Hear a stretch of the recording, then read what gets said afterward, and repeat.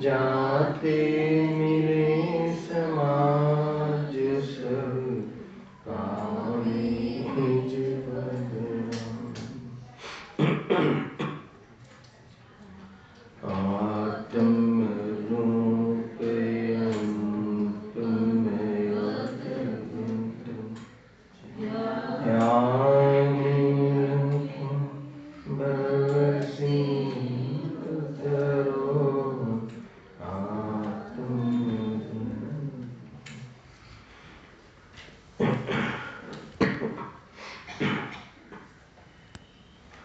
આ શ્રી મોક્ષમાર્ગ પ્રકાશક ગ્રંથ છે.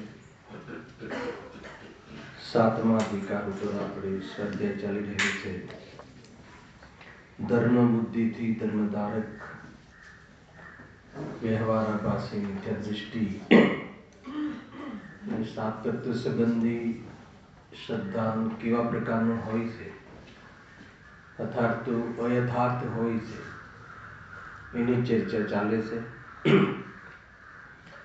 ધર્મ બુદ્ધિ પૂર્વક ધર્મ ધારક વ્યવહાર ધર્મ, જે બાહ્ય વ્યવહાર છે એમાં જ ધર્મનો આભાસ કરી અને ખરેખર એ સાત તત્વ સંબંધી ભૂલ ટાળવાનો ઉપાય અન્યથા કરે છે.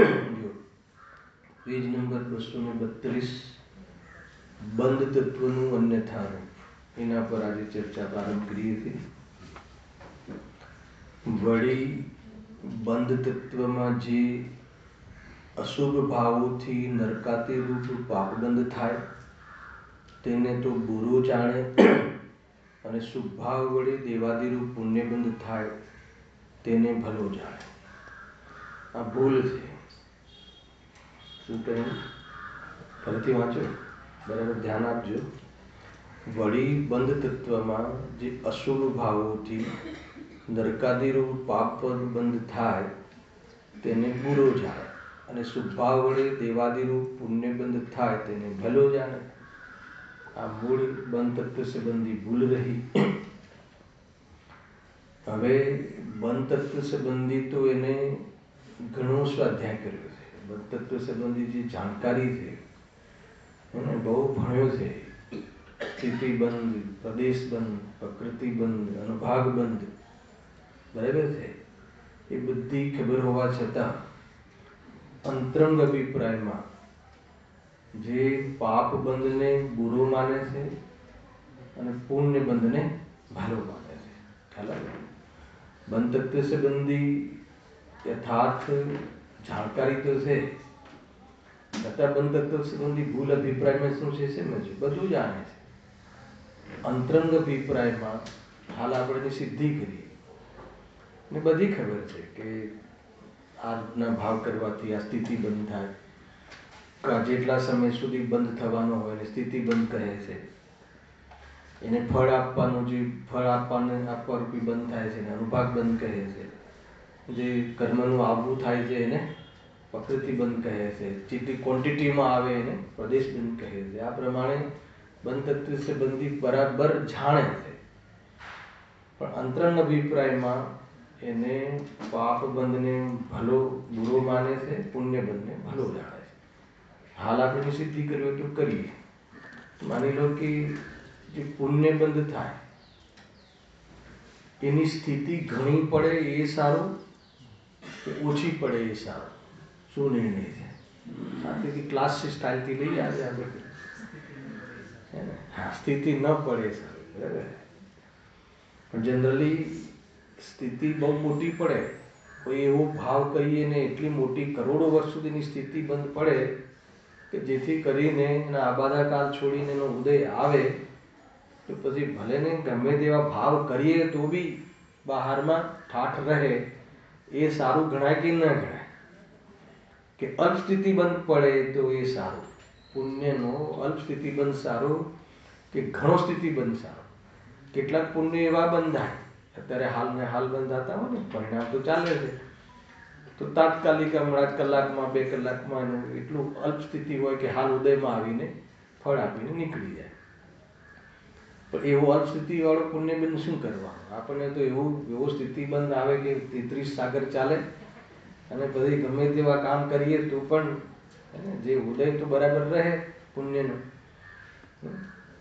ઘણા લોકોને પ્રશ્ન થાય છે ને કે આમ જે વિદેશોમાં તો ધર્મની તો વાત છે જ નહીં અને ત્યાં પુણ્યની પણ વાત નથી, એકલા પાપની મહત્વ છે. જેનું જીવનચર્યા છે, જે જીવન છે, જીવનની જે સ્ટાઇલ છે કેવી છે વિદેશોમાં, એકલી પાપરૂપ છે. તો બી આમ કેટલી અનુકૂળતા હોય, બધા જ ભારતીય આકર્ષિત છે અમેરિકા જવા માટે, ફોરેન જવા માટે, છે કે નહીં?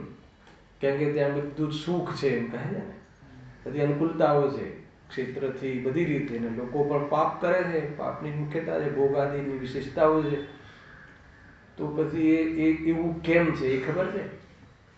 થોડીક તમને લાલચ આપો તો તમે ખ્યાલ આવે કે ભાવને પકડી શકો. એવું કેમ છે? ભાવ તો બધા પાપના કરે છે, ભાવ તો બધા નરકના બંધ થાય એવા કરે છે, પણ ઉદય કેવો છે? પુણ્યનો ઉદય છે એટલે બધી અનુકૂળતા છે. તો આપણે એવો ઉદય જોઈએ કે ભલે ગમે તેવા પાપ કરીએ પણ હલાવે કે નહીં. તો એ કહે છે કે એને પુણ્ય બંધમાં એને ભલું જાણે છે અને પાપ બંધમાં બુરું જાણે. આ કથનોમાં નથી આવતું, આ ફિલિંગ હોય છે. આપણે અનુકૂળતા રહે એ ગમે કે પ્રતિકૂળતા આવે એ ગમે, આપણે આવું ફિલિંગ શું કહે? પકડવું તો પડશે ને આપણે, આપણો અંદરનો અભિપ્રાયનો ચોર પકડવું. અહીંયા તો બધી અભિપ્રાય પર જ વાત ચાલી રહી છે. કારણ કે આ સાતત્ય સંબંધી ભૂલ છે ને એ અભિપ્રાયની ભૂલ છે. પરિણામની ઓરથી કોઈ રાગદ્વેષની ઓરથી કોઈ ચર્ચા નથી. એ વાત છે. આજે છેલ્લી લીટી સાંભળી મારે તો એટલું જ નસીબમાં હતું. અજ્ઞાનીને જેવા રાગદ્વેષ હોય છે એવું કઈ હતું ને? અજ્ઞાનીને એટલે રાગદ્વેષના પક્ષ સહિત જેવા રાગદ્વેષ હોય છે એવો રાગદ્વેષ જ્ઞાનીને હોતા નથી. એટલે જ્ઞાનીને રાગદ્વેષ નથી. એટલે રાગદ્વેષ છે કે નહીં જ્ઞાનીને? છે. તો ગુરુદેવ શું કે નથી? જ્ઞાનીને રાગદ્વેષ નથી એમ કહ્યું કે ના કહ્યું? તો કયા રાગદ્વેષ નથી? અજ્ઞાન ભાવે જે રાગદ્વેષ હોય, એટલે અજ્ઞાન ભાવ એટલે શું લેવું? આવી રીતે ભાઈ કાલે અજ્ઞાનની વાત, મિથ્યાત્વ સહિતના જે રાગદ્વેષ છે, હા, એ રાગદ્વેષનો ભાવ છે. એકત્વ બુદ્ધિ પૂર્વકના ભોગોના ભાવ નથી. ભોગોના ભાવમાં એકત્વ બુદ્ધિ નથી, એવા ભોગોના ભાવની બહુ કિંમત નથી. અને એ આખું એ આશ્રય ભાવનું જે ચાલતું હશે એ હશે આગળથી પણ. જો હવે અહીંયા શું કહે છે કે એ જે કહ્યું કે પાપ બંને તો બુરો જાણે છે, પુણ્ય બંને ભલો જાણે છે. હવે એની પાછળ એનું શું મનોવિજ્ઞાન છે? શું મનોવિજ્ઞાન છે અહીંયા બતાવે છે. જો શું કામ કરે છે. પણ એ પ્રમાણે દુઃખ સામગ્રીમાં દ્વેષ અને સુખ સામગ્રીમાં રાગ તો બધા જીવોને હોય છે. શું કહ્યું ખબર છે? આ મનોવિજ્ઞાન છે કે પણ એ પ્રમાણે દુઃખ સામગ્રીમાં દ્વેષ એટલે અનુકૂળતામાં રાગ અને પ્રતિકૂળતામાં દ્વેષ. પ્રતિકૂળતા કોઈ નથી ચાહતું, અનુકૂળતા બધા ચાહે છે. એ બંધ તત્વની ભૂલ છે. આપણને એમ ખ્યાલ ના આવે કે આ બંધ તત્વની ભૂલ છે, પણ ભૂલ છે. ખ્યાલ આવે થોડી વસ્તુ સીધી.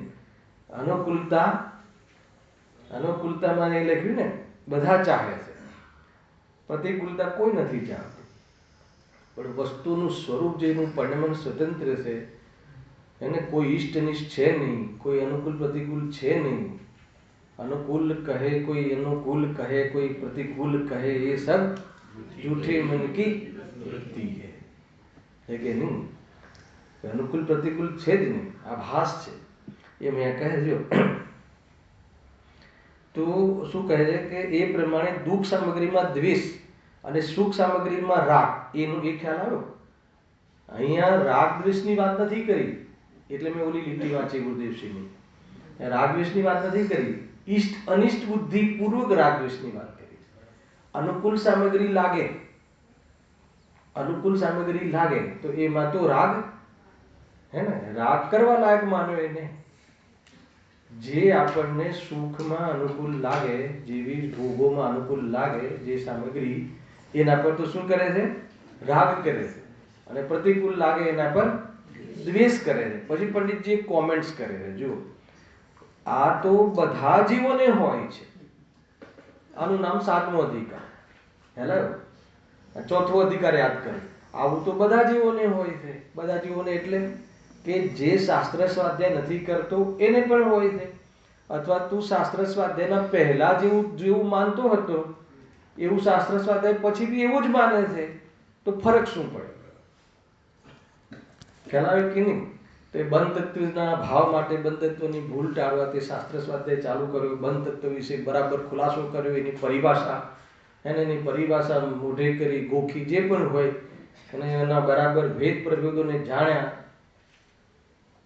પરંતુ એ બંધ તત્વમાં ઉપાદેયતા તો રહી, અથવા તો જે ભાવથી બંધ થાય છે, જેના લક્ષથી બંધ થાય છે, એ સામગ્રીનો પ્રેમ રહ્યો. એટલે રાગમાં તો ઉપાદેય બુદ્ધિ રહી. એ અહીંયા કહે છે, આ પકડવા જેવી વસ્તુ છે. આ અભિપ્રાયની ભૂલ છે. જો ફરક પડ્યો કે ના પડ્યો, ક્યાં ફરક પડ્યો કે ના પડ્યો? પ્રાયઃ સાંભળજો, એક વાત યાદ આવે છે, કદાચ પહેલા કહી બી હશે, કે જે શાસ્ત્ર સ્વાધ્યાય કરતું હોય ને એમાં દરેક જીવ એના માટે કોઈ પરિવર્તન ચાહે છે કે ફરક પડવો જોઈએ. તો ક્યાં ફરક પડવો જોઈએ? એ જે દુનિયા શું માને છે, જનમત શું છે, અને પંડિતજી અહીંયા ફરક પડવાનું કહે છે, એ ક્યાં કહે છે? બંનેનું પહેલા અંતર શોધો. જનરલી કોઈ શાસ્ત્ર સ્વાધ્યાય કરતો હોય અને છતાં તીવ્ર કસાય રહેતી હોય, તીવ્ર ક્રોધ રહેતો હોય, તીવ્ર રાગ રહેતો હોય, અનૈતિકતા જીવનમાં હોય, અસદાચારમય જીવન હોય, તો આપણે એનો વિરોધ કરીએ કે ભાઈ સમયસારનો પાઠી હોય ને આ બધું ના શોભે. હે ને? દરેક જીવ એમ ચાહે છે કે સમયસારનો પાઠી હોય તો કેવો હોવો જોઈએ? બરાબર, નૈતિક જીવન હોવું જોઈએ, સદાચારમય જીવન હોવું જોઈએ. એ ઉચિત છે, અનુચિત છે એમ નથી કહેતો, પણ આચરણ સંબંધી પરિવર્તન ચાહે છે કે સમયસારનો પાઠી હોય અને આટલો તીવ્ર રાગ, આટલો તીવ્ર દ્વેષ, આવું અનૈતિક જીવન સંભવ જ નથી. શાસ્ત્રોનો પાઠી હોય, સમયસાર આદિ મહાન ગ્રંથોનો અભ્યાસ કરતું હોય તો કેવું જીવન હોય? હે ને? કશાયની મનતા હોય, નૈતિક જીવન હોય, પ્રેમ ભાવ હોય, બધું હોય ને. તો કે એવું પરિવર્તન ચાહે છે આ જીવ. હર સમાજ કહો કે મંડળ કહો કે કોઈ બી શાસ્ત્રનો પાઠી હોય એનામાં પરિવર્તન ચાહે છે. શામાં પરિવર્તન ચાહે છે? આચરણમાં. આ કોઈ અનુચિત છે કે ઉચિત છે મારી કોમેન્ટ્સ નથી, સામાન્ય વાત છે, ચાહે છે. પણ પંડિતજી અહીંયા આચરણ જે જનમતને આચરણમાં પરિવર્તન ચાહે છે, એમ અહીંયા પંડિતજી અભિપ્રાયમાં પરિવર્તન ચાહે છે. મારે એનું ધ્યાન કરાવવું છે. અંતર ખ્યાલ આવે? જનરલી આપણે કોઈ ધર્મ માર્ગમાં લાગે તો આપણે એનામાં શું ચાહીએ? એનું સદાચાર હોવું જોઈએ, જીવન પવિત્ર હોવું જોઈએ. પણ અભિપ્રાયમાં ફરક પડ્યો કે ન પડ્યો, એમાં ફરક પડ્યો કે નથી પડ્યો એ સંબંધી ન એનું ધ્યાન છે કે ન દુનિયાને એની ડિમાન્ડ છે. હવે સમજો, બહુ સામાન્ય વાત નથી કરતો. એને આપણે બી આપણા જીવનનું ઓબ્ઝર્વેશન કરીએ, રીડિંગ કરીએ આપણા પરિણામોનું, જે ધર્મ ક્ષેત્રમાં આવ્યા એના પહેલા અને ધર્મ ક્ષેત્રમાં આવ્યા પછી, અગર આપણે આપણા પરિણામોનું રીડિંગ કરીએ છીએ કે નહીં, તો કયા ઓરથી કરીએ છીએ? આચરણના ઓરથી પરિવર્તન ચાહીએ. અને એવું પરિવર્તન હોય જ, ના નથી, પણ એ ફરકની વાત, જે જનમત જે પરિવર્તન જે ચાહે છે, અથવા એની જે પરિવર્તનની એની જે સોચ છે, એની ભાષા છે, એ પરિવર્તનને અહીંયા ન લીધું. જો લખ્યું ને, પણ એ પ્રમાણે દુઃખ સામગ્રીમાં દ્વેષ અને સુખ સામગ્રીમાં રાગ તો બધાએ જીવોને હોય છે. તે નવું શું કરે? તે શાસ્ત્ર સ્વાધ્યાયને કર્યું શું આખિરકાર? હે ને? પછી એ ગણાવા બેસી જાય તો ઓલું ગણાવા બેસે. જો રાત્રિ ભોજનનો ત્યાગ કર્યો, જો અમે રોજ મંદિરમાં આવીએ છીએ, જો 4 કલાક સ્વાધ્યાય કરીએ છીએ, જો હવે બિઝનેસમાં ખાસ જતા નથી. સારી વાત છે, એની નિંદા નથી કરતો, હે ને? પણ એ કોઈ ધર્મ માર્ગ, જે અભિપ્રાય કેવો છે? અરે ઉપરથી તે તો જો મેં આ ન કર્યું, હે ને, પહેલા કર્યાનું અભિમાન હતું અને હવે ન કર્યાનો અહંકાર છે. હે ને? પહેલા ગ્રહણમાં એકત્વ બુદ્ધિ હતી, હવે ત્યાગમાં એકત્વ બુદ્ધિ છે. એકત્વ બુદ્ધિ ના છોડી, મેં છોડ્યું. તો ગુરુદેવ કે છોડી શકે છે કે તું? માન્યતા છૂટી તો છૂટ્યું કહેવાય. બહારમાં બી છૂટ્યું ત્યારે કહેવાય કે માન્યતા છૂટે. માન્યતા છૂટે અને એ અનુસાર રાગ છૂટે, હે ને, અને બહારમાં એ કાર્ય ન થાય ત્યારે જ બહારનો બી ત્યાગ સાચો કહેવાય. ખ્યાલ આવે કે નહીં ભાઈ? બહુ વસ્તુ વિચારવા જેવું છે. તો એ લાઈનમાં આખી વાત જાય છે. સાત તત્વની ભૂલ છે ને એ અભિપ્રાયની ભૂલ છે. મીઠાશ લાગે છે આપણે જેટલો બી પુરુષાર્થ કરીએ છીએ એ બતાવો મને કે અનુકૂળતા માટે કરીએ છીએ કે સારા માટે કરીએ છીએ? અચ્છા, ભોગોની અનુકૂળતા વધારે ક્યાં હોય? ક્યાં હોય? નર્કમાં હોય કે સ્વર્ગમાં હોય? ખ્યાલ હું શું કહું છું? દરેક ગતિમાં સ્વર્ગમાં હોય તો સ્વર્ગ ભલું કે નર્ક ભલું? અરે આટલી તમને હું હિન્ટ આપું છું. એક તો કહો કે નહીં સ્વર્ગ ભલું, ભલે તમે એમ કહો કે ભલું નહીં, પણ ભલું લાગે શું છે? ભાષિત શું થાય એ કહો. ખ્યાલ આવે ને? કથન તમારું સાચું છે, તમારું સ્ટેટમેન્ટ સાચું છે, પણ તમને ભાષિત શું થાય છે એના ઉપર ધ્યાન આપવાનું. કોઈને જાણવું નથી એને શું ભાષિત થાય છે. તમારે સ્વયં નક્કી કરવાનું છે કે ભાષિત શું થાય છે. ખ્યાલ બરાબર જીતુભાઈ? કંઈ હોય તો કહેજો ખાસ. હે ને? હમણાં કોઈ એમ કહે અહીંયા મુમુક્ષુ નીચે ભાવ બેસીને કોઈ એમ કહે કે નરક બુરું છે ને સ્વર્ગ ભલું છે એવું કોઈ કહે ને? એ કે કોઈ ભલું બુરું છે જ નહીં. ખ્યાલ? પરંતુ લાગે છે શું? આપણને અનુકૂળતા માટે તો આખું જીવન હે ને આપણે આખું સમર્પણ છે. શ્રદ્ધા જ્ઞાન ચારિત્ર ઉપયોગ બધું બરબાદ કરી રહ્યા છે કે આટલી અનુકૂળતા મળી જાય. એને જો આમ થોડી ઓર એફડી કરાવી દઈએ, થોડું ઓર ઇન્સ્યોરન્સ લઈ લઈએ, એ બધું શું છે? સિક્યોર કરી લઈએ. પરદ્રવ્યના માધ્યમથી પોતાને સિક્યોર કરવાનો ભાવ એને એ જે બંધન એ બંધ તત્વ સંબંધી ભૂલ છે. આ ભાવ વાસન કરાવવાનું વૃષભ. હેલા એ રીતે જો દરેક વસ્તુ છે. ફરતી વાંચું છો અઢી લીટી લાખું બેસી જાય તમે. વળી બંધ તત્વમાં જે અશુભ ભાવોથી નરકાદિરૂપ પાબંધ થાય તેને તો બુરો જાણે, અને શુભ ભાવ વડે દેવાદિરૂપ એટલે સ્વર્ગાદિરૂપ પુણ્ય બંધ થાય તેને તો ભલો જાણે. પણ એ પ્રમાણે દુઃખ સામગ્રીમાં દ્વેષ અને સુખ સામગ્રીમાં રાગ. બતાવો સુખ સામગ્રી અને દુઃખ સામગ્રીનું મને લિસ્ટ આપો. બતાવો. અરે આમાં બી ઠેકાણું નથી. આગળ ચોથા અધિકારમાં તો બહુ ખુલાસા થઈ ગયા. જે વસ્તુ અત્યારે તમને સુખ સામગ્રી લાગે છે એ જ વસ્તુ બીજાને દુઃખ સામગ્રી લાગે. અને એ તમને હાલ સુખ સામગ્રી લાગે છે, એકાદ કલાક પછી દુઃખ સામગ્રી લાગે છે. લાગે છે? એકદમ દોડધામ કરીને આવ્યા હોય તો પંખો કેવો લાગે છે? સુખરૂપ લાગે છે ને? પછી બરાબર થોડો સમય થઈ જાય, ઠંડક ચાલે છે, પછી બંધ કરો. કેમ? વાયુકાજીની હિંસા થાય છે એટલે. ખ્યાલ આવે તમને? તો એ સુખ સામગ્રી દુઃખ એ સુખની સામગ્રી કે દુઃખની સામગ્રી? એ તો જ્યારે ભોગમાં અનુકૂળતા લાગે હે ને ત્યારે આપણે એને સુખ સામગ્રીનો આરોપ આપીએ છીએ. તો એ સુખ સામગ્રી ઉપર એ લખ્યું ને સુખ સામગ્રીમાં તો રાગ. તો આ બધું તો બધા જીવોને હોય છે. પંડિતજી કહે છે કે આ તો તું સ્વાધ્યાય કરતા પહેલા કોઈ ઈષ્ટ નથી, કોઈ અનિષ્ટ નથી. હે ને? વસ્તુ તો વસ્તુ જ છે. એ જ્યારે તું ભણ્યો એના પહેલા બી આવું માનતો હતો, એના ભણ્યા પછી બી આવું માને છે, તો કે ફરક શું પડ્યો? હવે કન્ક્લુઝન જોરદાર આવે છે જુઓ. તેથી તેને પણ રાગ દ્વેષ કરવાનું સદ્ધાન થયું. આ બંધ સંબંધી ભૂલ. ખ્યાલ આવે શું કહ્યું? રાગ દ્વેષ થયો એમ નહીં. રાગ દ્વેષ બંધ તત્વની ભૂલ નથી. રાગ દ્વેષ કરવાનું સદ્ધાન થયું એટલે એમાં ઉપાદેયતા આવી. એટલે મેં લાસ્ટ ટાઈમ પહેલા બી કહ્યું હતું કે રાગ દ્વેષના ત્યાગનું સદ્ધાન એ સમ્યક દર્શન છે, અને રાગ દ્વેષનો ત્યાગ એ ચારિત્ર છે. હે ને? તો એ રીતે ત્યાં બી તો ભૂલ થાય છે. રાગ દ્વેષના સદ્ધાનના ત્યાગના બદલે રાગ દ્વેષનો ત્યાગ કરવા માટે પ્રયાસ કરે છે તો કેવી રીતે થાય? પહેલા એનો સદ્ધાનમાં ત્યાગ હોવો જોઈએ, દ્રષ્ટિમાં ત્યાગ હોવો જોઈએ, સ્વભાવની દ્રષ્ટિ હોવી જોઈએ, સ્વભાવ તરીકે ના જોવો જોઈએ, સ્વભાવમાં એને ના જાણવો જોઈએ, સ્વભાવની દૃષ્ટિ રાગદ્વેષ રહિત હોવી જોઈએ, સ્વભાવની દૃષ્ટિ વિતરાગ સ્વભાવની દૃષ્ટિ હોવી જોઈએ. અને એ જ્યાં સુધી ના હોય ત્યાં સુધી રાગ આદિ એટલો મંદ તો થઈ શકે કે નૈમિક ગ્રૈવિક જઈ આવે, પરંતુ એક તસુ પણ એનો ભાવ અથવા ભાવનો પ્રારંભ સંભવ નથી. ખ્યાલ? પેલી ચોકડી જાય ને અનંતાનુબંધી ત્યારે તો એનો ભાવનો પ્રારંભ થયો. આપણે આ ખ્યાલ હોવું જોઈએ. આપણે તો રાગની મંદતા પડે ને રાગદ્વેષની, એને આ ભાવનો આભાસ કરી લઈએ. ખ્યાલ? એ રીતે અહીંયા શું કહે છે જુઓ. તેથી તેને પણ રાગદ્વેષ કરવાનું સદ્ધાન થયું. પકડાય છે કથન? રાગદ્વેષ કરવાનું સદ્ધાન થયું. એમાં રાગદ્વેષ તરફ કોઈ ઇશારો નથી. રાગ દ્વેષમાં ઉપાદેયતા રાખી. કેવી રીતે? રાગ દ્વેષનું સંધાન કેવી રીતે થયું? સુખ સામગ્રી જે છે એના પર રાગ કર્યો અને દુઃખ સામગ્રી પર દ્વેષ તો કર્યો, જે પહેલા બી કરતો હતો. તો એમાં રાગ દ્વેષનું સંધાન કેવી રીતે થયું? બતાવું તમને. એવી એનું પોસ્ટમોર્ટમ કરી.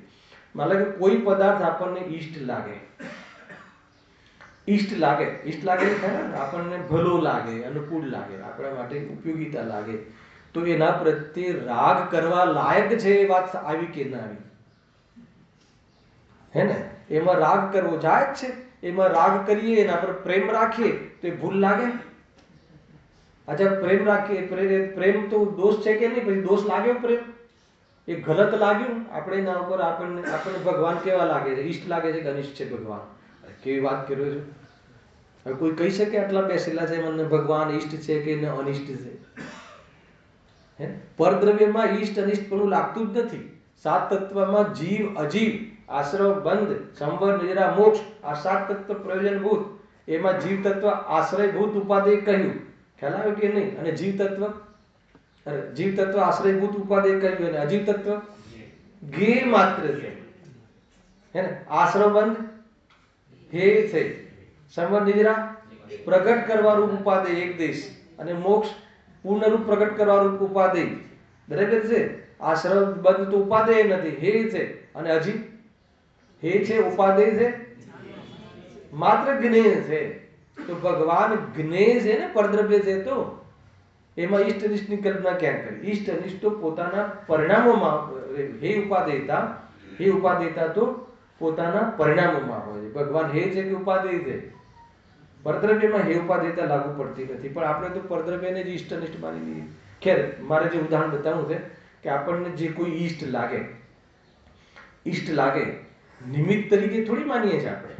આપણને તો આ નિમિત્ત તરીકે તો આપણા માટે ભગવાન ઈષ્ટ છે, પણ એ તો નિમિત્ત તરીકે છે, આપણે ઉપાદાન તરીકે માનીએ છીએ. બરાબર? ખ્યાલ આવ્યો?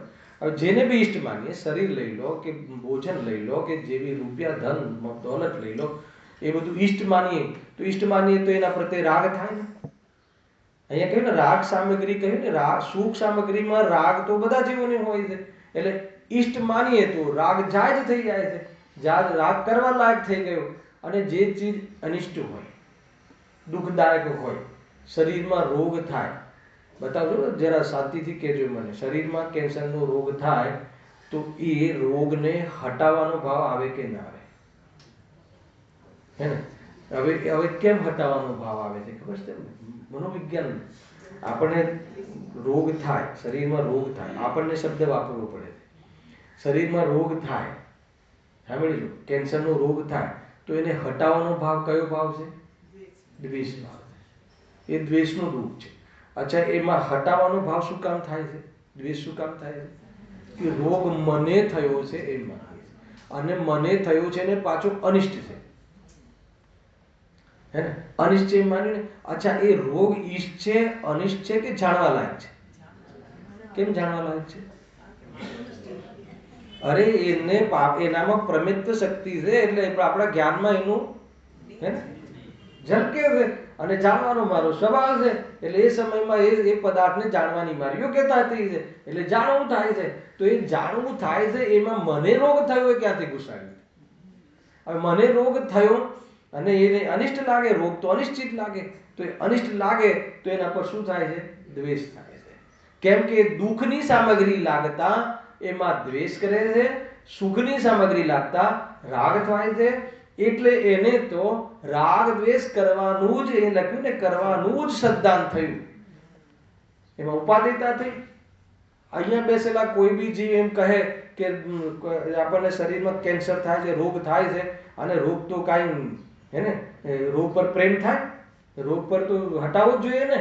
કોઈ બી એક વ્યક્તિ કે ભાઈ પ્રેમ ના થાય, એનો અર્થ કે દ્વેષ થાય. કોઈ બી એમ કહે છે કે ના એ તો જાણવા લાયક છે, એને દ્વેષ થાય છે ને. તો એ દ્વેષ તો જ્યારે અનિષ્ટ માન્યું તો દ્વેષ થયો.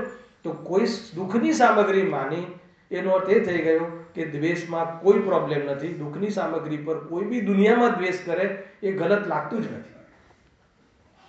આ તો તમને એટલું બધું મોટી વસ્તુ છે ને. માનો કે કોઈ આતંકવાદી આવી જાય, આતંકવાદી, તો એના પર આપણે દ્વેષ કરીએ, હે ને? માન લો કે હું કોઈ આતંકવાદી, અત્યારે તો બહુ ચાલે છે ને બધું, હિંસાના ક્રમ બહુ ચાલે છે, આ જે ઓલા નાગરિકતાના કાનૂનને લઈને બહુ મારામારી થાય છે, આ થાય છે, પેલો દેશ ભ્રષ્ટ કહેવાય ને, શું કહે છે ને, ભ્રષ્ટાચારી છે કે એના પર બહુ કોમેન્ટ્સ ચાલે છે, પેપરમાં આવ્યા રાખે છે આ બધું.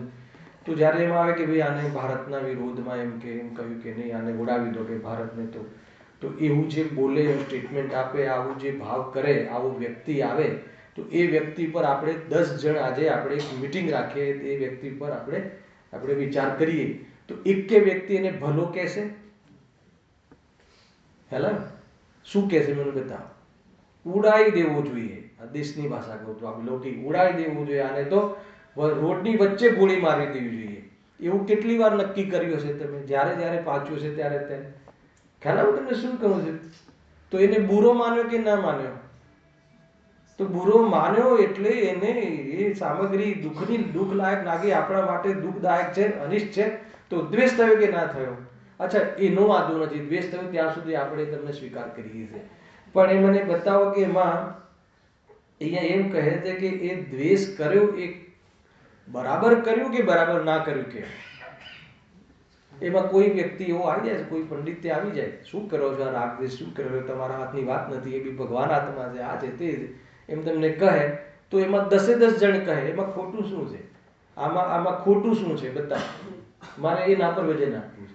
આ જે બી સ્ટેટમેન્ટ 10 જણ કહે છે કે એને ઉડાઈ દેવું જોઈએ, એ સ્ટેટમેન્ટ ખોટું છે, બરાબર છે કે બરાબર કહેવાય કે ના કહેવાય? સ્ટેટમેન્ટ બરાબર કહેવાય? એનું નામ ઉપાધિતા, એનું નામ કે દ્વેષ કરવાનું શ્રદ્ધા. હવે આપણને એ ખબર નથી પડતી કે મને રાગ દ્વેષ પર ઉપાધિતા છે. ભલે ખબર ના પડે પણ ઉપાધિતા તો છે.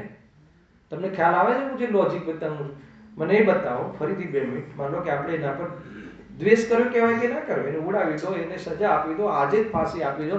આ નિર્ભયના કેસમાં જે બી ડેટો લંબાય છે, તો કેટલા લોકોને સરકારનું એ વલણ બરાબર લાગ્યું, ખેંચાય છે? નહીં, આજે જ ફાંસી આપી દેવી જોઈએ. હવે આજે જ ફાંસી આપી દેવી જોઈએ, તો મને બતાવો કે એવું જે આપણને ભાવ આવ્યો, એના પ્રત્યે દ્વેષ આવ્યો, એ દ્વેષ ઠીક છે કે અઠીક છે? અહીંયાના હિસાબે નહીં, તમને શું લાગે? ઠીક લાગે ને? બરાબર તો કે આવા ખોટા કૃત્ય કરે તો એને ઉડાઈ દેવું જોઈએ. ઉડાઈ દેવું જોઈએ, ભાવ આવ્યો એ ત્યાં સુધી બરાબર છે, પરંતુ એ ભાવ જે ઠીક લાગે છે, એમાં મેં ગલત શું કર્યું? ગલત એ કર્યું કે દ્વેષના કારણે એને તે ઉપાદેય માન્યો, પણ એ દ્વેષના કારણે તો એની ફાંસી થવાની કે નથી થવાની નક્કી નથી, પણ તને આકુરતા જરૂર થાય છે, અને જે ભાવ તને આકુરતા કરાવે છે એને તું ઠીક માને છે, એનું નામ એને રાગ દ્વેષ નું કરવાનું શ્રદ્ધા. પકડજો આ વાત. સ્વભાવનો ઘાત કર્યો, શાંતિ ચાહતો નથી, અને આકુરતા જેના કારણથી થાય છે ને ચાહે છે, હેને? તો એ ઉપાધિતા છે. હવે આવી ઉપાધિતા કોઈ બી દિવસ અહીંયા જેટલા બેઠેલા છો વિચાર કરજો. આજે આપણે પેપર વાંચીએ છીએ, કદાચ ન્યૂઝ જોતા હશું, અને અથવા કોઈના દ્વારા સાંભળતા હશું કે આવું બન્યું તે છે, ભાઈએ ઘણાના બળાત્કાર કર્યો, એને કેસ થયો, અને કેસમાં એની સજા નથી થઈ, અને ખરેખર તો એ ઠીક નથી, સજા નથી થઈ, એ થવી જ જોઈએ, આજે જ એને ફાંસી થવી જોઈએ. એવું જે આપણું સ્ટેટમેન્ટ, એવો આપણો ભાવ વ્યક્ત કર્યો, એ ભાવ તમને એ ભાવ બરાબર લાગે છે કેમ કે બરાબર નથી લાગતો? ના, બરાબર લાગે છે. તમે હજારો લોકોને પૂછો, બધા જ તમારા વોટમાં હશે.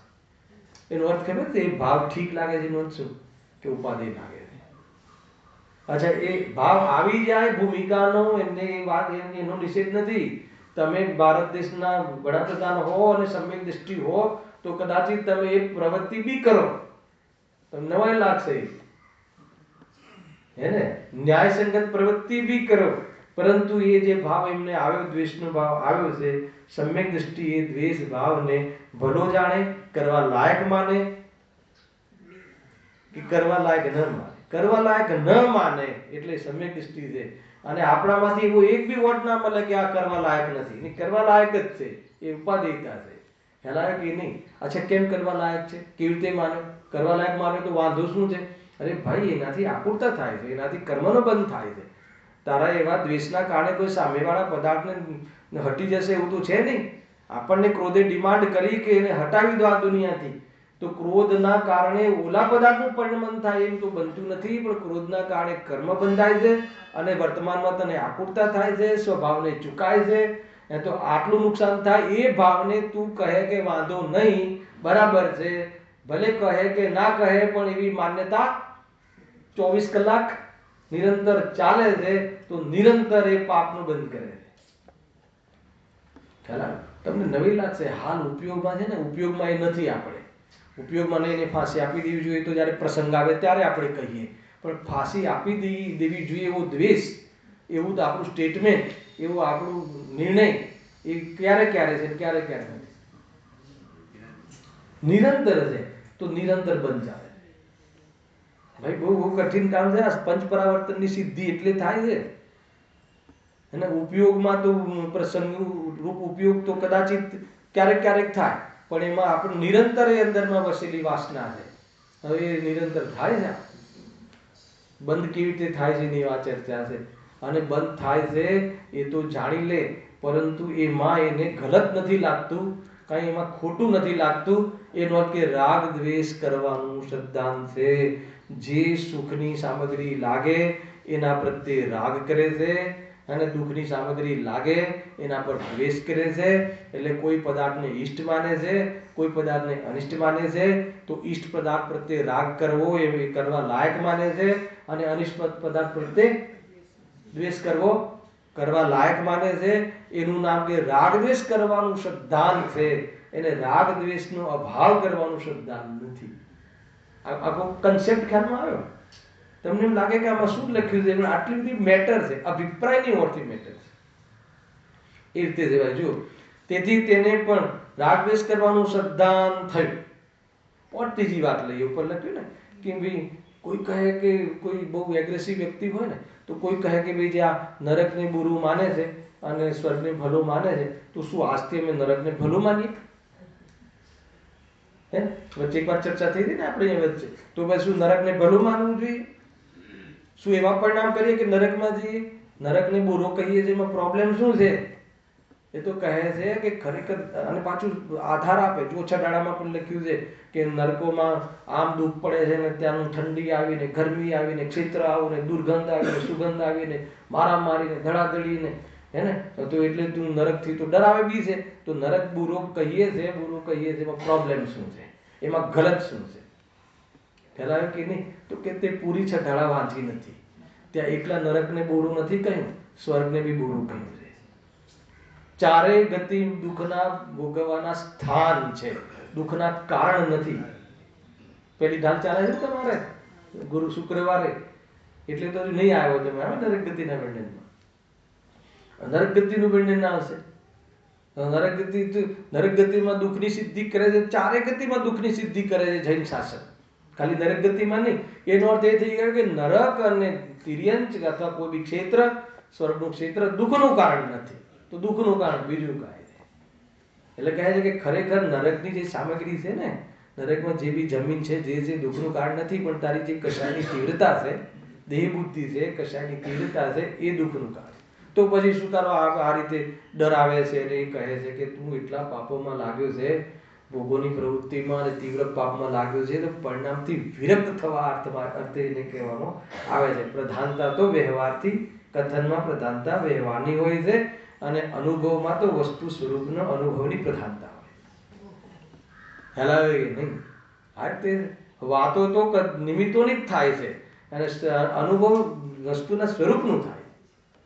આખી કલા છે આ વેદજ્ઞાનની.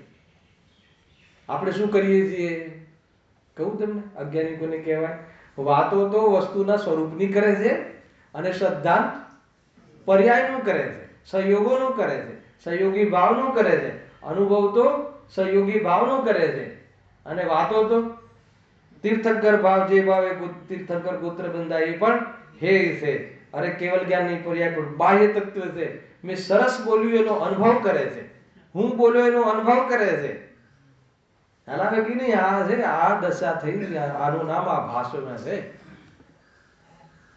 એ રીતે બહુ જ સાવધાની. વૃષભ ક્યાંય થોડીક પીન આગળ પાછળ થઈ તો પાકિસ્તાન વાગવા લાગશે, એવું જરૂર છે. આ તો યાદ છે ને, રેડિયાનું ઉદાહરણ આપતો હું હંમેશા. એ રીતે છે. બહુ જ સાવધાની વાળું કામ છે. જો અગર આના ભાવ ન સમજ્યા, જ્ઞાનીઓને કહેલા જે સિદ્ધાંતોનું ભાવવાસન ન થયું અને ઉલટું ભાવવાસન કર્યું સ્વયંમે, તો કહે છે કે જે પોતાનું અહિત કરી લે છે.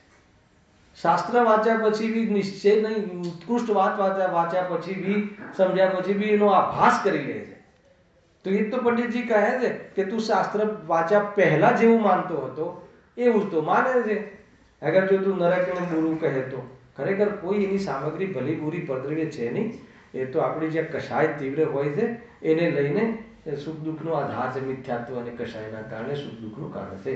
એ અહીંયા કહ્યું છે. જો આગળ હવે જેવો આ પર્યાય સંબંધી સુખ દુઃખ સામગ્રીમાં રાગદ્વેષ કરવો થયો, આ પર્યાય સંબંધી એટલે આ ભવ સંબંધી થયો, તેવો જ ભાવિ પર્યાય સંબંધી સુખ દુઃખ સામગ્રીમાં રાગદ્વેષ કરવો થયો. હવે આ ત્રૈકાલિકતા સિદ્ધ કરે છે.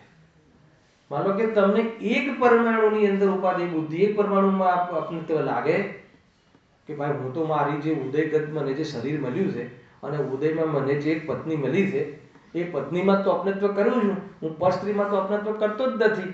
ખ્યાલ આવે? તો કે તું એક સ્ત્રીમાં અપનત્વ કરે છે, ઈષ્ટ બુદ્ધિ કરે છે, તો કહે છે કે તને આખી દુનિયાની સ્ત્રીઓ પ્રત્યે નહીં, તમામ પદાર્થો પ્રત્યે ઈષ્ટ બુદ્ધિની અંદરનો અભિપ્રાયમાં વાસના છે. એમ અહીંયા કહે છે.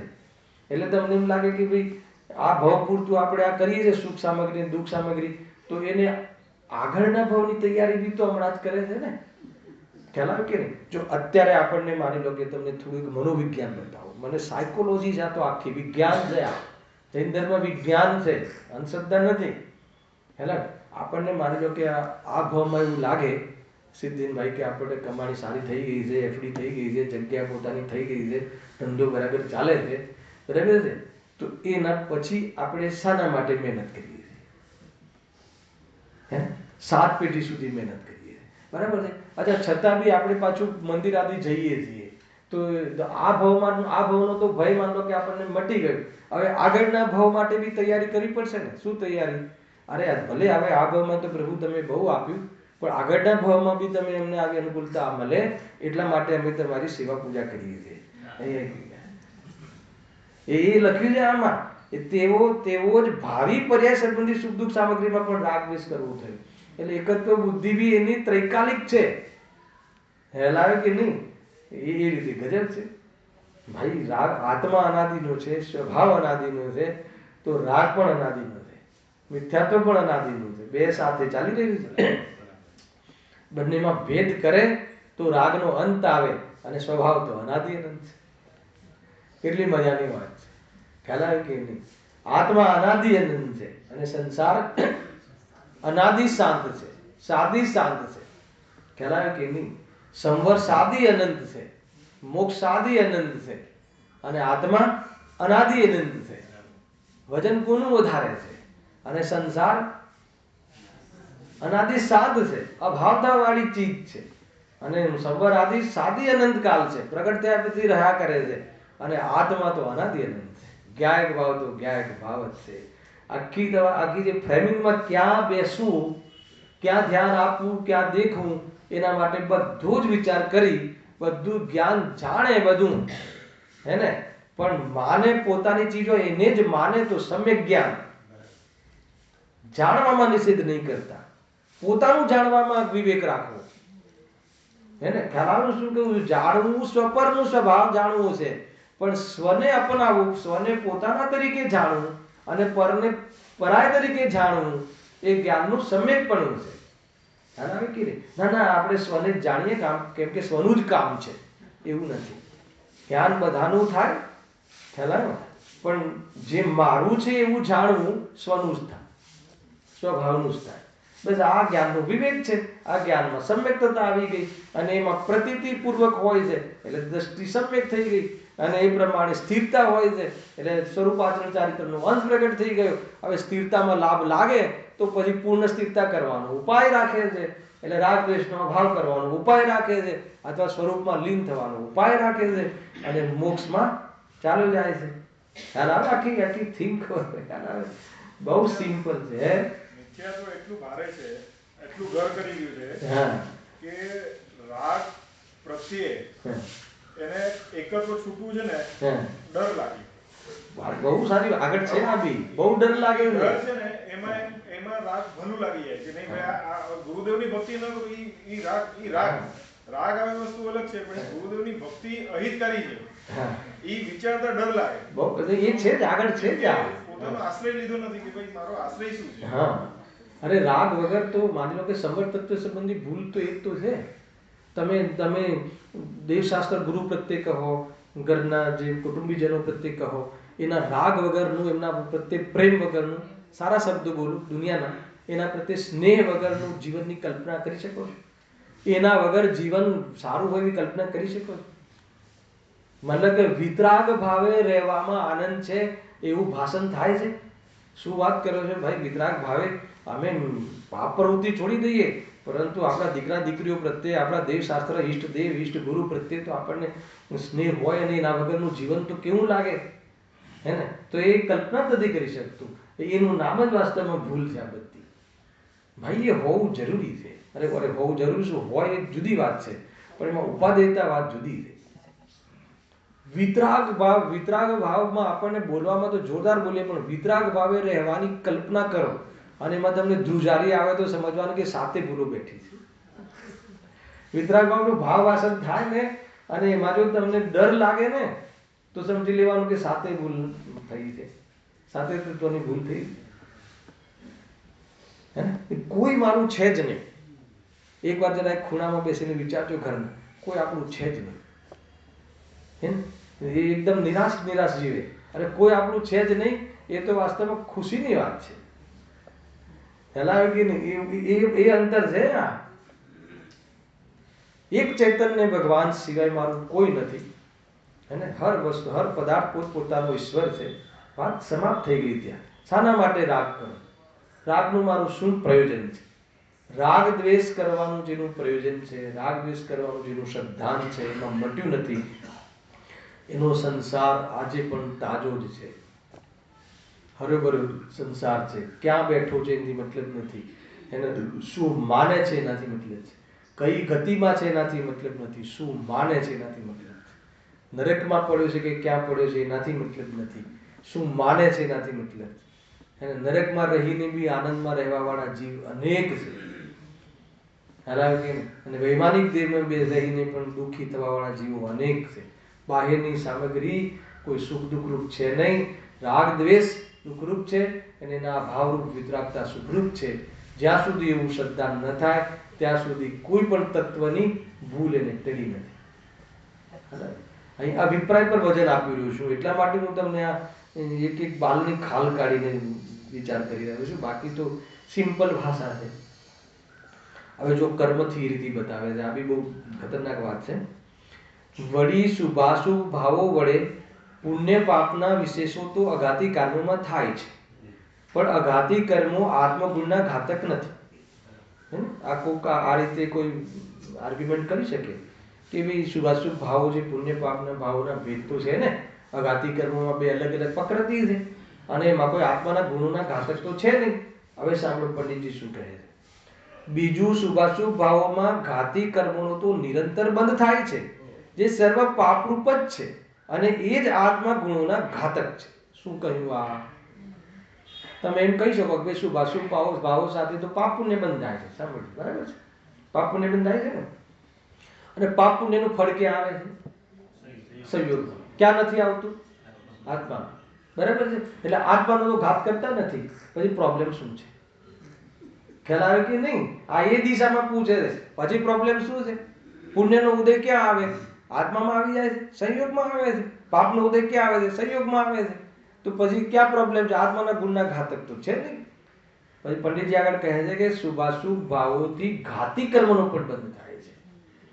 હે ને? ખાલી અઘાતી નહીં, એમાં પણ ચારિત્ર મોહની આદિ કર્મનો બંધ થાય છે અને આત્મગુણના ઘાતક છે. બહુ ખતરનાક વાત છે. આત્મગુણના ઘાતક કેવી રીતે છે? આત્માની શાંતિ વિતરાગતાથી થાય છે.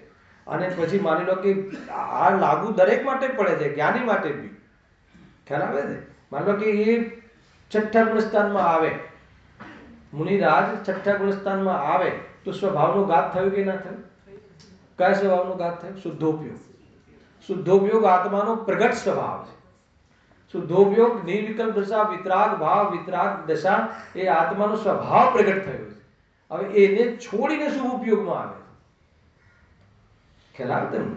તો શુભ ઉપયોગમાં આવે છે તો એ શુભ ઉપયોગ કેમ આવે છે કે પૂર્વ કર્મનો બંધ થયો હતો, એનો ઉદય થયો, ચારિત્ર મોહની કર્મનો ઉદય થયો, સાંભળજો, અને વર્તમાનમાં સ્વભાવને છોડ્યો, એ આ પોતાનું અશુદ્ધ ઉપાદાન, અને એમાં જોડાયા, એથી એને શુદ્ધોપયોગનો લોસ થયો, શુદ્ધોપયોગનો ઘાત થયો, એટલે એના સ્વભાવનો ઘાત થયો.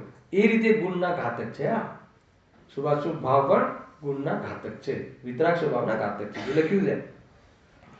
તો બીજું, શુભાશુભ ભાવમાં ઘાતી કર્મનો નિરંતર બંધ થાય છે, જે સર્વ પાપરૂપ જ છે. પાપરૂપ કયા? ગુણનો ઘાત કરે છે ને. જો એક તો બહારમાં અઘાતી કર્મમાં સાતાની અપેક્ષા શું છે? પાપ પુણ્યનો ભેદ કરે છે, પરંતુ સ્વભાવનો ઘાત કરે છે એ અપેક્ષા તો પાપરૂપ જ છે. સ્વભાવનો ઘાત કરે એનાથી વધારે મોટું નુકસાન શું હોઈ શકે?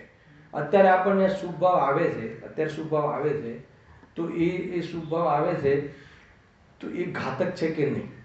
શાનું ઘાતક છે? સ્વભાવનું ઘાતક. બહાર તો છો ને, કસાયમાં તો છો ને ભાઈ, એવી વસ્તુ છે આ. અને બંધ તો બધો જ થાય છે અહીંયા. આઠે કર્મનો એ કહેવું છે કે જો આમાં એ કહેવું છે કે ભાવ એક કરે અને કર્મ સાથે બંધાય છે. આવી કર્મનો બંધ થઈ ગયો હોય તો બાકીના સાત નિરંતર બંધાય છે. એમાં સાતા બી બંધાય છે. આ તમને ખ્યાલ આવે? માનો કે તમે ભગવાનની ભક્તિ કરો, ઉપર જઈને અત્યારે ભગવાનની ભક્તિ જોરદાર જોરથી કરો, તો એ કયો ભાવ છે? પુણ્ય ભાવ. જો એની ધૂન ઉપર, એના રાગ ઉપર, એને એના પર ધ્યાન હોય તો પાપ જ છે. પરંતુ કોઈ વ્યક્તિ ખરેખર એમાં વ્યવસ્થિત, એમાં ભેદજ્ઞાનની મુખ્યતાથી ભક્તિ કરે છે, આત્મલક્ષની ભક્તિ કરે છે, બરાબર છે, તો એ વખતે પણ પુણ્યનો બંધે થાય છે, સાતાનો બંધે થાય છે, અસાતાનો બંધે થાય છે. તમને નવાઈ લાગશે કેવી રીતે થાય છે? એક જ સમયમાં બે વસ્તુ કેવી રીતે થાય? આગળ તો આવવાનું છે સંવર્તત્વમાં. ખ્યાલ આવે? ગુરુદેવજીએ લખ્યું છે, આ આખો લેખ કહ્યો છે એમને, જે સાતમા અધ્યાયના પ્રવચન છે ને એના પર છે. કેવી રીતે થાય છે? જો એક માની લો કે આપણે ભક્તિ કરીએ છીએ, ત્યાં એ વખતે જે તમને ખાવાનો રાગ છે એનો અભાવ થઈ ગયો છે. સાંભળજો જે હું તમને કહું છું, તો ખાવાનો રાગ તો 24 કલાક છે, બરાબર છે. ભલે એનો પ્રસંગ 2 વાર 3 વાર 4 વાર આવે છે, પરંતુ રાગ તો મટી ગયો છે, તો એનો બંધ બી ચાલુ છે. અને ઉપયોગ ક્યાં છે? ફરીથી જુઓ, એક છે શુભોપયોગ, એક છે શુભ રાગ, એક છે અશુભ ઉપયોગ, એક છે અશુભ રાગ. ખ્યાલ આવ્યો? તો શુભ ઉપયોગ અને શુભ રાગમાં અંતર છે. શુભ ઉપયોગ તો અંતર્મૃત કાલ રહે છે અને શુભ રાગ તો કાયમ રહે છે. અશુભ ઉપયોગ તો અંતર્મુત રહે છે અને શુભ રાગ તો અશુભ રાગ તો નિરંતર રહે છે. તમને ખ્યાલ આવે? માન લો કે આપણને ખાવાનો રાગ છે પણ અત્યારે પ્રસંગ નથી એટલે વ્યક્ત નથી, પરંતુ ઉપયોગ રૂપ નથી, પણ રાગનો અભાવ બી તો નથી થયો. અચ્છા મને બતાવો, દાન કરવાનો જે ભાવ આવે છે, દાન કરવાનો આપણને ઉપયોગ, એમાં રબી 1 કરોડ લખી લો, 1 લાખ લખી લો, એવો જે આપણને અત્યારે ભાવ આવ્યો, એ વખતે ઉપયોગ આવ્યો, કયો ભાવ છે? શુભ ભાવ. એ વખતે કમાવાના ભાવનો અભાવ થઈ ગયો છે. તો કમાવાનો ભાવ કયો છે? પાપ ભાવ છે ને. તો દાન આપવાનો ભાવ તો પુણ્ય ભાવ છે. દાન આપવાનો ભાવ અત્યારે હાલ વર્તાઈ રહ્યો છે, પરંતુ કમાવાના ભાવનો ત્યાગ નથી, એટલે પાપે બંધાય છે ને પુણ્ય બંધાય. અને હું કમાઈ શકું છું, હું આપી શકું છું, એ તો પાપોનો બાપ છે, મિથ્યાત્વ છે. હવે વાત જે બી હોય, પણ મને બતાવો કે ત્રણેય વસ્તુઓમાં ઘાત કોનો થાય છે? તો પછી કેવી રીતે ત્રણેય વસ્તુમાંથી એક ઉપાધિ હોય? તમે લોજિક સમજજો. કોઈ કહે કે નહીં દાન તો આપવું જોઈએ, કોણ ના પાડે છે? આપો ને, સારી વાત છે. દાન આપવાનો ભાવ તો ગ્રસ્ત જીવનમાં આવે, સાચી વાત છે, કઈ વાંધો નહીં. પણ એ વખતે તને પુણ્યનો બંધ થાય છે, કેમ કે તારો ઉપયોગ શુભમાં છે. પરંતુ એ વખતે બી કમાવાનો રાગ છૂટ્યો નથી. તો કમાવાનો રાગ છૂટ્યો નથી એનો પાપ બંધ બી થાય છે. અને હું કમાઈ શકું છું ને મેં દાન આપ્યું, એ તો મિથ્યાત્વ. એને લીધે આ બધા ભાવો ચાલ્યા રાખે છે. મને બતાવો કે આ બધા જ પ્રકારના ભાવો જે થાય છે એમાં આત્માની શાંતિ કયા પ્રસંગમાં છે? કયા પ્રસંગમાં શોધો, જરા પોતાને શોધો, હું ક્યાં છું એ તો શોધો. એમાં આત્માની શાંતિ કયા પ્રસંગમાં છે? હું માનું છું કે હું ધંધો ચલાવી શકું છું, કે હું દાન આપી શકું છું, એમાં શાંતિનો પ્રસંગ છે. દાન આપવાનો ભાવ આવ્યો છે, એમાં શાંતિનો પ્રસંગ છે. એ વખતે બી કમાવાનો ભાવનો તો ભાવ નથી થયો, તો શાંતિનો પ્રસંગ ક્યાં છે? ત્રણેયથી તો કર્મનો બંધ થાય છે અને એમાં એનો ઉદય આવે છે. એટલે જીવ સ્વભાવને ભૂલીને વેદ જ્ઞાન વગર પુરુષાર્થહીન થઈ અને એમાં જોડાય છે અને સરવાળે જીવ આકુલતાને પ્રાપ્ત થાય છે, ક્લેશને પ્રાપ્ત થાય છે. મને એક બી પ્રસંગ દાન આપીને કે વેપાર કરવાના ભાવ બંને પરસ્પર વિરોધી હોવા છતાં, બંને સ્વભાવના વિરોધી હોવાના કારણે બંને એક ખાતામાં નાખવા જોઈએ કે બંનેમાં ભેદ કરવા જોઈએ? અંતર ખ્યાલમાં આવે છે કે કઠિન પડે છે? ભાઈ શોધવું તો પડશે. આપણને શાંતિ કયામાં લાગે? અને આપણને તો દાન આપવામાં તો બહુ શાંતિ લાગે છે. કઈ શાંતિ લાગે છે? તને રાગનું પોષણ થયું છે ને, તને બધા વાહ વાહ કરે છે ને, એ ગમે છે. કહેલાવે કે નહીં? અને એ તો યશ પ્રકૃતિનો ઉદય છે. અને બીજા દિવસે તો એ દિવસે તો ખુરશીમાં બેસાડે, હાર પહેરાવે, અહીંયા પેલું લેબલ મારીને ખાલી બી રાખે ખુરશી. અહીંયા એવી સ્ટાઇલ છે એટલે કહું છું. અને પછી બીજા દિવસે અભ્યાસ પ્રકૃતિનો ઉદય આવે ને તો ત્યાં કોઈ પૂછે નહીં. છેલ્લા બેસવું પડે અને વિદ્વાનને કેવું પડે ભાઈ આગળ આવો બેસવા દો એમ. હવે એને કેવું લાગે કે જો મેં તો આટલા રૂપિયા આપ્યા, કાલે તો મારી વાહ વાહ કરતા હતા બધા, હવે આજે તો હવે આ કુર્તા થયા રાખે છે કે નથી રાખ? બહુ પ્રેક્ટિકલ વાત કરું છું, હે ને? આવું પ્રેક્ટિકલ સોચવું જોઈએ. બહુ જ કસાય અંદરમાં માન કસાયને લઈને જીવ બહુ દુઃખી થાય.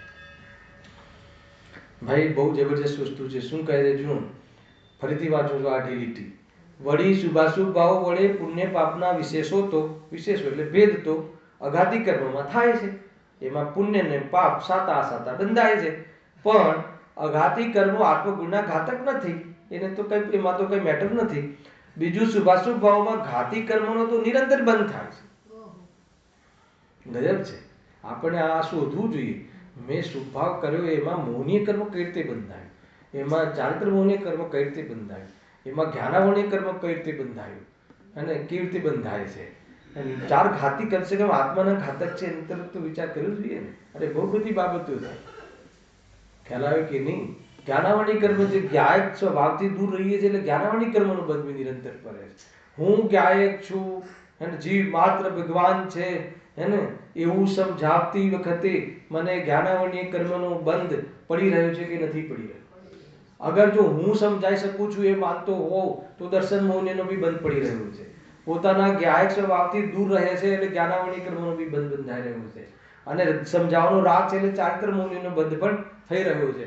અને ત્રણેય પ્રકરણમાં આત્માના ગુણનો ઘાત થઈ રહ્યો છે કે નહીં? કયો ગુણ? વિતરાગ ગુણ, શાંતિ ગુણ, સુખ ગુણ, ભાવ મરણ થઈ રહ્યું છે કે નહીં? આ ભાવ મરણ થઈ રહ્યું છે. કોનું કયા ભાવનું મરણ થઈ રહ્યું છે? સ્વભાવ ભાવનું મરણ થઈ રહ્યું છે. પર્યાયમાં વ્યક્ત થતું નથી. તો એ થઈ રહ્યું છે કે નહીં? તો બતાવો મને કયો ભાવ સારો અને કયો ભાવ ખરાબ, કયો બુરો અને કયો ભલો, બતાવો મને. એક વિતરાગતા ભલી છે, એ સિવાય કાંઈ ભલું નથી પોતાના માટે.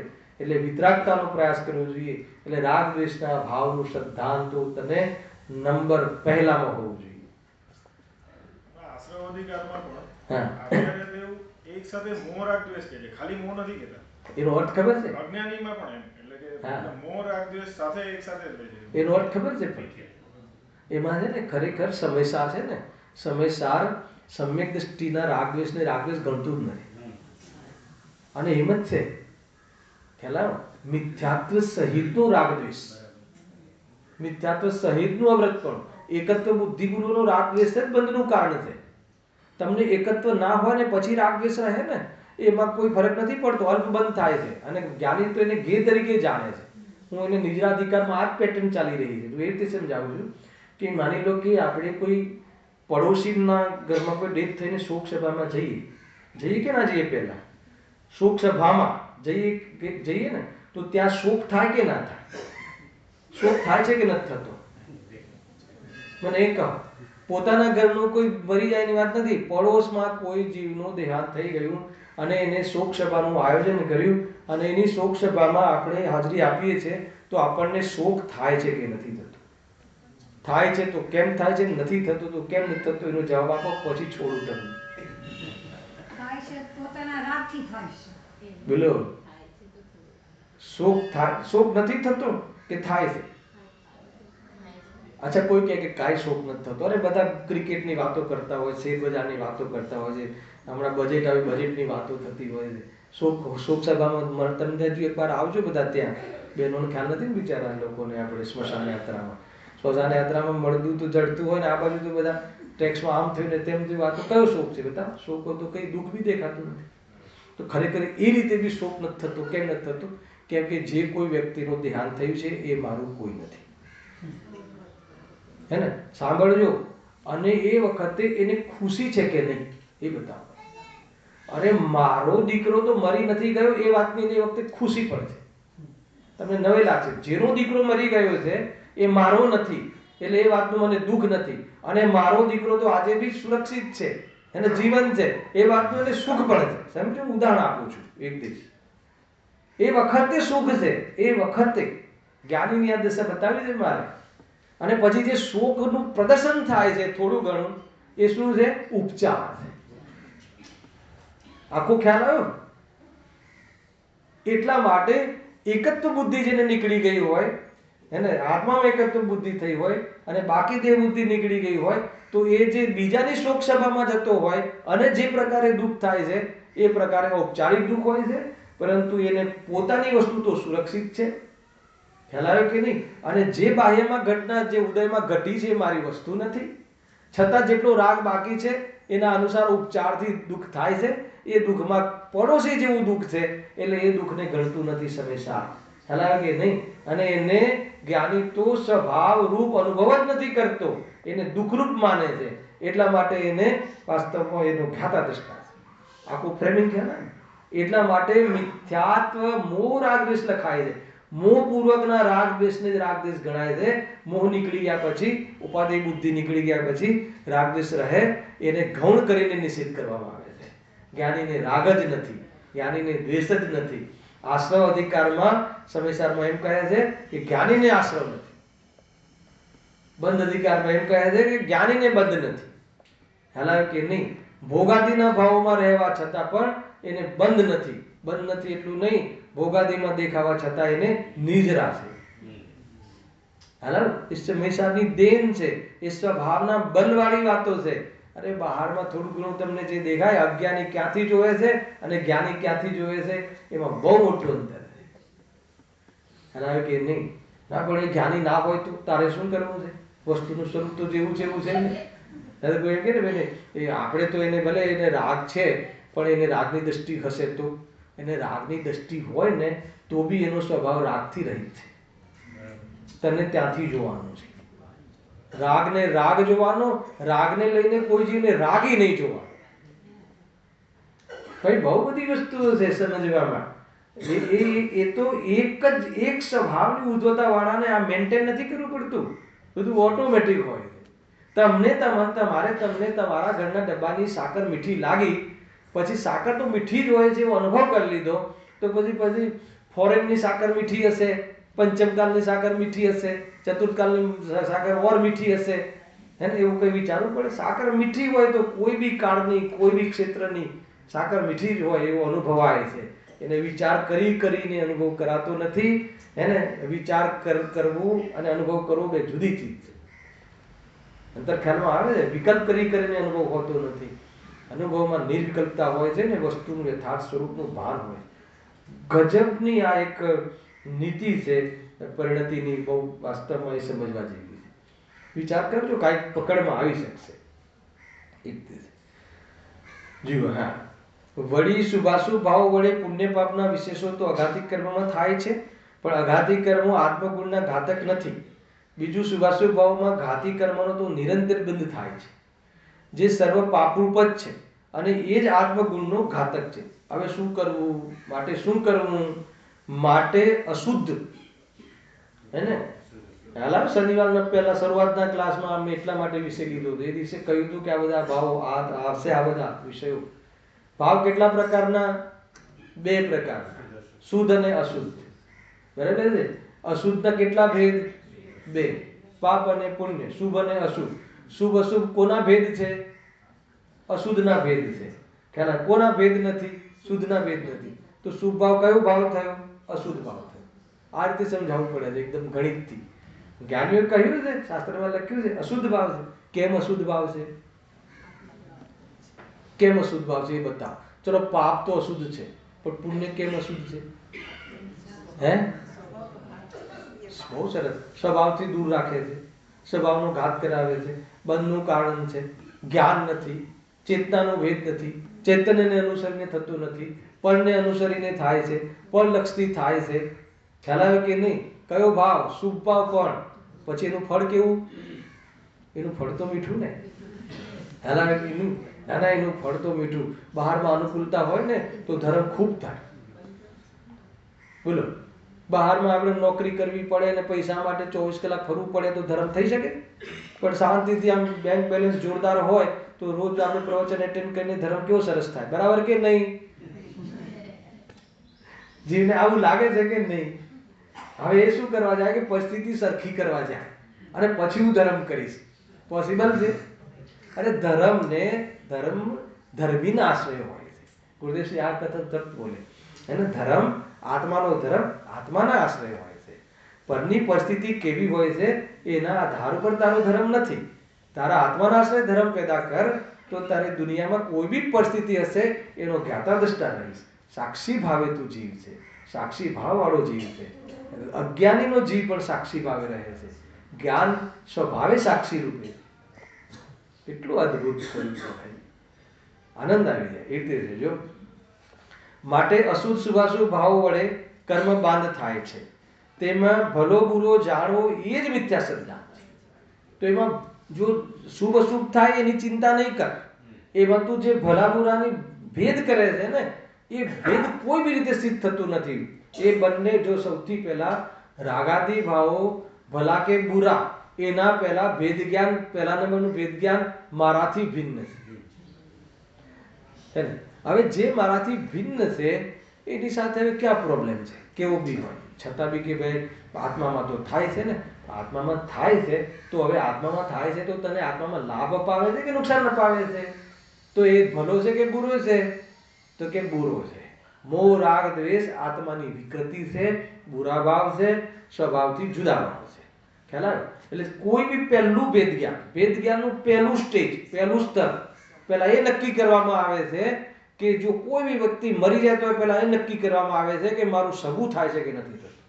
કોઈ બી તમે જોજો આ સ્ટ્રેટેજી છે, ભાઈ મારાથી ભિન્ન છે, પછી પતી ગયું. છતાં પણ પડોશી છે, પહેલા આપણે સાથે રહેતા હતા, ચલો જઈ આવીશું.